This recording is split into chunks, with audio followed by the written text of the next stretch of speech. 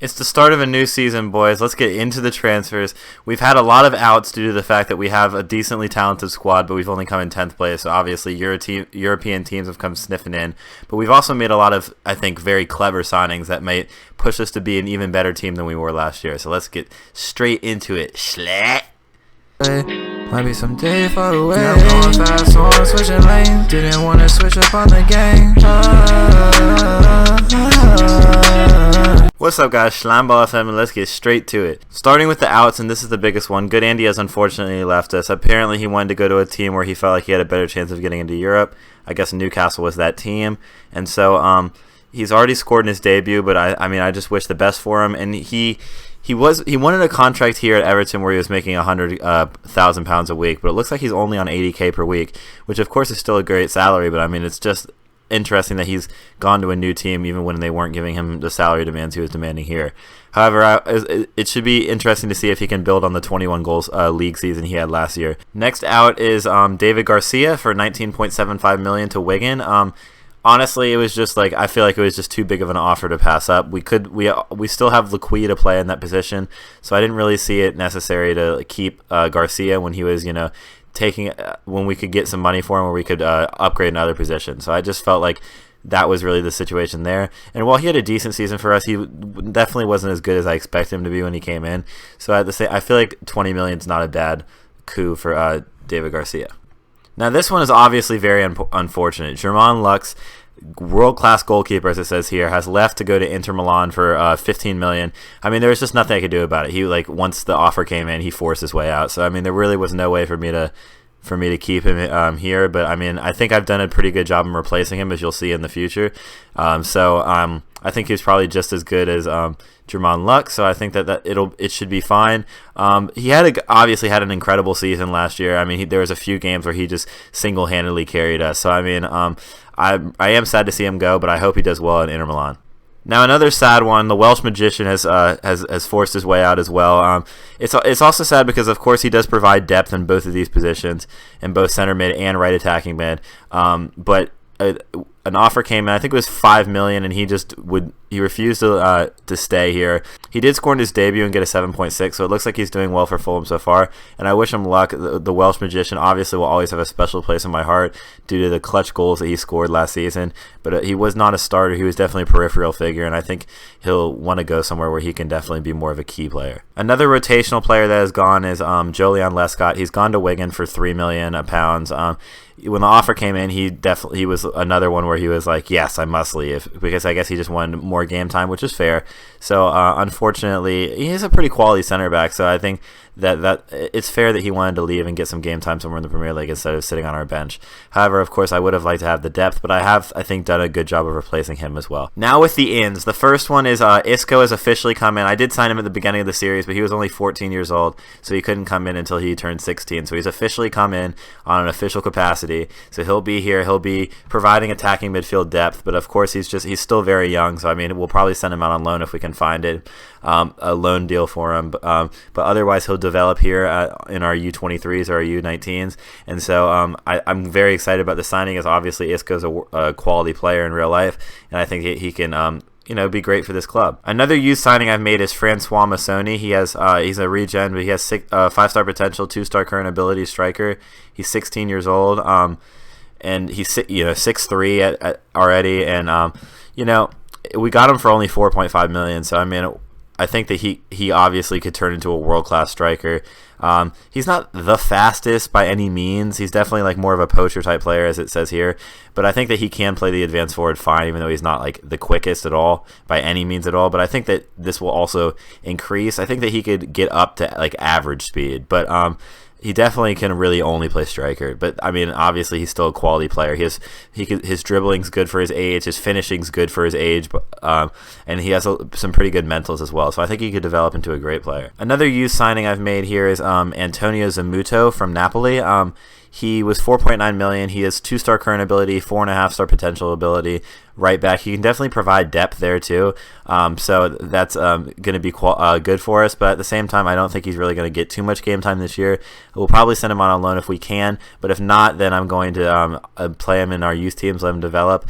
And I think he obviously this is one for the future. It was 4.9 million, so it wasn't like a crazy amount of money I had to dish out. And I think he's going to be a quality player for us. Next signing is an incredibly similar player. You can see he has very good physicals, great technicals. And the great mentals. My apologies. His technicals aren't great at all, but he's a very good like ball-winning midfielder type player, and he's going to provide backup for Sully Montari in that role. It's Juan Manuel Torres. He's come in for again only 6.5 million. He's come in from Racing Club in Argentina. I think this is a very quality sign. Look at this. Look at this player. His physicals are incredible. His mentals are some of the best I've ever seen. And obviously he's not going to be like booming up the pitch and attacking, but I think that in the role that he's playing, he's going to be superb. So anytime that Montari needs to rotate out, I can easily slot in Juan Manuel Torres. Next signing is Marco Emilia. He's our goalkeeper replacement, and obviously he's world class. Look at these stats. That's really all I have to say here. He's just absolutely world class as a goalkeeper. He came from Wigan. He went to Wigan on a free from Livorno at the beginning of the save, and I just bought him from Wigan for $7 million. They made a profit, but we also absolutely made a profit. We absolutely made a profit as we sold Lux for $15 million, and I think we got a pretty comparable player. He might be a little bit worse than Lux, but I think he's still like an incredibly class goalkeeper, and it was only £7 million, and we made an £8 million profit. So that sounds good enough to me as a deal. Next one is our first and probably only like real attacking signing is Ricardo Quaresma. Obviously, that's an exciting signing in itself. The type of player that he was. He's got the pace. He has the flair and the dribbling ability. 19 flair, 19 dribbling, 18 technique. Him and Nani on one wing and Quaresma on the other wing is obviously just going to be unbelievable. So he spent time at Barcelona. He went back to Porto, and now he's come to Everton. It was only 7.25 million. So I feel like this is a great deal for us. But I'm really excited about the Portuguese wings that we have now with Quaresma on one side, Nani on the other side, and Lapaglia in the middle. It's going to be, I feel like on the attack we're going to be insane.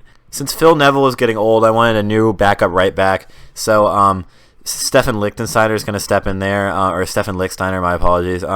At this point, obviously he wasn't great when he went to Arsenal, which is where he is in this picture. But when he was in his prime for Juventus, we all know he was a class right back, and I think that he can do the same for us if Zicardo gets injured like he did last season, or if anything happens where he needs to play in center back or anything like that. We can stick Lichtsteiner in there, and I think he'll just the competition for place is going to be great. We've got him from Marseille for 9.75 million. The year after they bought him for 5.25, he's played a whole season for them. So that's a very interesting decision from Marseille. I'm not exactly sure why they've done that. But either way, we'll capitalize on it. He's only 24 years old as well. So, I think it's a great signing all around. Now, this is one I'm extremely excited about. Nuri Sahin, only 19 years old, 4-star current ability, 5-star potential ability at only 19. I think that he's going to be providing Kallstrom with some real competition. I'm not sure exactly which one of them I'm going to play long term. Kallstrom's out for the first few weeks, but I think that if Nuri Sahin plays well enough, he may as well just keep his spot when Kallstrom comes back. The difference between them is not large at all. I was going to go with Kallstrom, and then he got hurt, so I'm going to go with Sahin at the beginning of the season for the first match that you see. And just look at his stats for at this age. Like his passing ability, his vision, his mentals are incredible. Obviously, his physicals are just average, and his technicals are incredible. His mentals are absurd. I think he's an incredibly good player for the deep lying playmaker role, especially. And the last signing we made was Carl Svensson for 23 million from forget which team it was from Hamburger. The year after they signed him for 15 million, he's played a whole season, had a 7.23 average rating in the Bundesliga. So again, a really odd sale, but we bought him for 23 million. And just, look at these. He's a great player. That's all I really need to say. He's in ball playing defender. He's still going to be good. Obviously, his best role is probably a center back, but I like the ball playing defender role. I like them being able to pass it around. So I think he'll still be fine at that. His touch isn't great, but he's a great passer of the ball for a center back. So I think that it should work out fine. And his positioning and all, his center back ability in general should make up for any mistakes he makes. So I mean, I think he'll be great. He's going to be our best center back. Him and Yobo are going to be a great partnership back there, and I think that this season really, with the signings that we've made, should go well.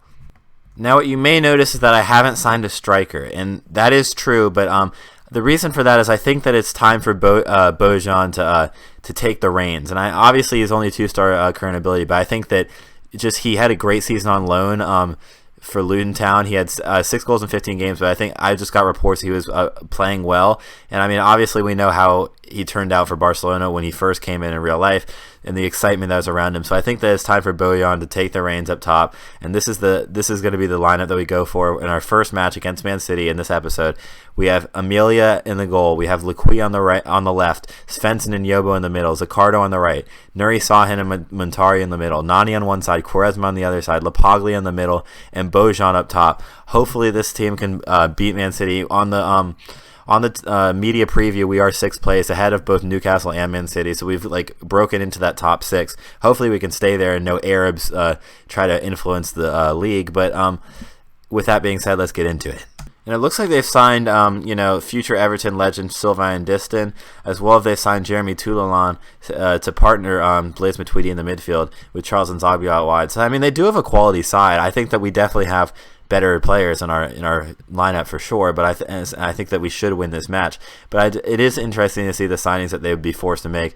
Is this Kasper Schmeichel on the bench? How old would he be at this point? Like 19? He's 21 years old. Okay, yeah. I mean, it is interesting to see the signings that they've been forced to make, considering that that they don't have the inflection of money that they will get in the future in real life. So hopefully, I mean, it does seem that they're still trying to be a top side, or like at least a top mid-table side. But I think that we can definitely mop the floor with them. Somehow my highlights got on only commentary. I'm not exactly sure how that's happened. So unfortunately, I don't see how they got it or really what's happened. But it looks like Berbatov has gotten a penalty kick and he's made it. So I mean, error from me there to not show you what's been happening in the match so far. But it's only the first 13 minutes.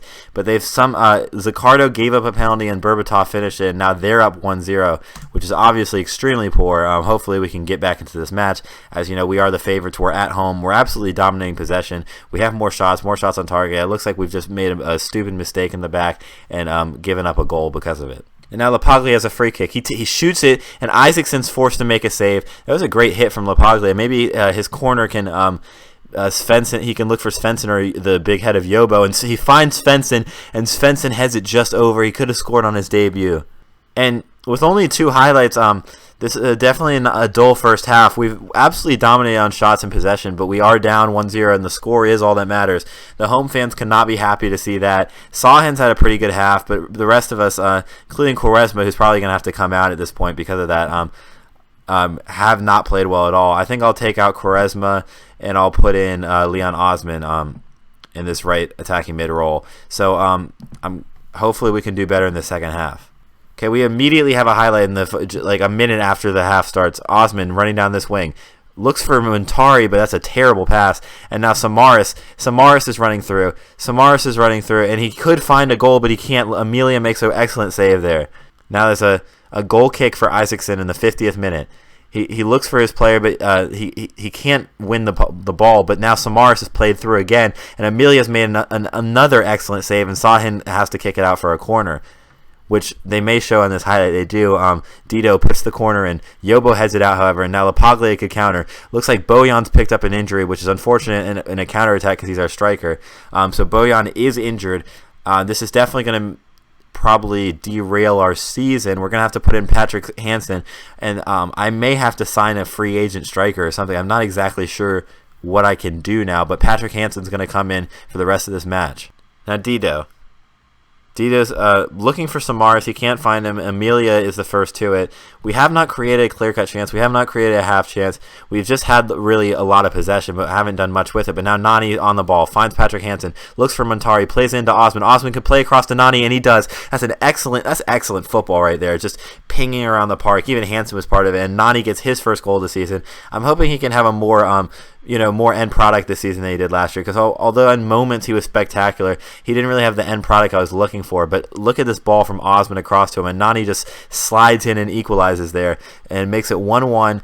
in the 60th minute. There's still 30 minutes for us to go on and win this match, and I hope that we can do that. Now there's a free kick in the 63rd. Dito plays it in, looking for Gavet, and Gavet heads it just over, and Amelia isn't even forced to make a save there.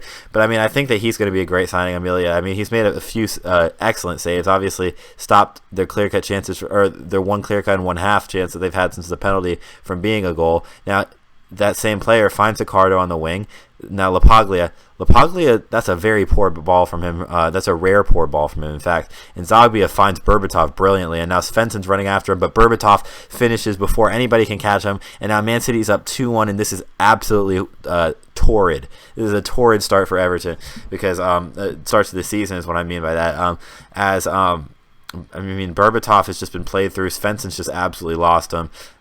Nothing that I guess Yobo can do to come back there, and he's just been played straight through the middle. And I mean, that's poor play. But now, right off of the highlight, we have another highlight here. Lequi could find a man. He doesn't though. He just looks at Matari and plays it to the other team instead. And we just cannot connect passes right now. I mean, apparently we've been connecting passes all game, as we have 86 pass completion. But now Hansen's played through. Hansen could finish. Hansen, what a finish that is from Patrick Hansen. And although I didn't think that's his first senior goal ever, that's an unbelievable finish after a brilliant ball from Lapaglia. We have to be honest about that. He does have the assist record for Everton now after his 16 assist season last year. Lapaglia plays a brilliant ball into Hansen, and Hansen that's an incredible finish from Patrick Hansen. And I mean, maybe it won't be such a bad thing that I won't be playing Bojan if he's, as he's injured. Sicardo finds Lapaglia with a throw-in. Now Osman on the wing. Osman plays it into Montari into Sicardo. Sicardo does have space to put a cross in, although he had to stop for the ball. But now he finds Sahin on the edge of the box. His shot's blocked. He can find another one of his men on the edge of the box now, but we're forced back a little bit. Montari and Sahin are playing connecting passes. Now Lapaglia, we know he can create something at any moment. Lequi tries to put a cross in, but the fact he is a center back by trade has stopped him from putting in a very good ball. And Samaras' shot, he had a great chance to finish, but Amelia makes a better save and outdoes him there. Now Mahadavika tries to score on Amelia, but that's another brilliant save from Amelia, and he's had a pretty decent debut, even though he's conceded 2 goals. Now the same player puts a corner and looks for Clerk, and his header goes over the goal. They've now had 4 clear-cut chances to our just 1. And the match has ended 2-2, although that's a disappointing result. Obviously, we did have an injury. I mean, we have brought in a ton of new players, so they have to gel together. So it's not unexpected for us to kind of have a little bit of a hiccup in our first match. And we still got a point from it. It's not as though we lost, so it's not the worst result ever. But if we're going to be getting into those top 6 spots again like we did last season, I mean, not last season, the season before, if we want to get back to our first season form, or even higher than that, even into the Champions League eventually, we're going to have to do better than we've done in this match. 80 on the dash, one cynical, purple tinted Lambo, indigo, 2 girls from my show, identical, out of this world like they went to a festival. They're going crazy.